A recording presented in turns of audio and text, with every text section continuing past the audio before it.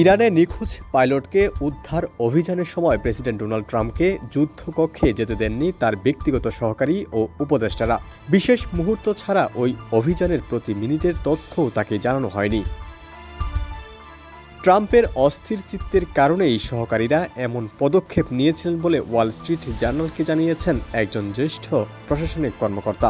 তাদের ধারণা ছিল প্রেসিডেন্টের অস্থিরতা অভিযানে ব্যাঘাত ঘটাতে পারে। জার্নালের প্রতিবেদনে বলা হয়েছে, ট্রাম্পকে যখন মার্কিন যুদ্ধবিমান ভূপাতিতের খবর জানানো হয় তখন তিনি কয়েক ঘন্টা ধরে উপদেষ্টাদের সঙ্গে চিৎকার চেঁচামেচি করেন, বারবার বলতে থাকেন ইউরোপীয়রা আমাদের কোনো সাহায্যই করছে না।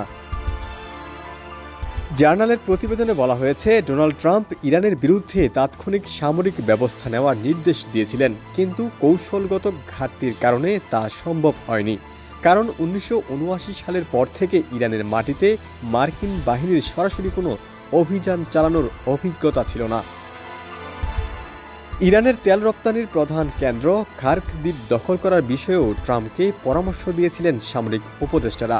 বলা হয়েছিল এই অভিযান সফল হবে, কিন্তু আগের নেতিবাচক অভিজ্ঞতার কারণে ট্রাম্প সেখানে সেনা পাঠাতে রাজি হননি।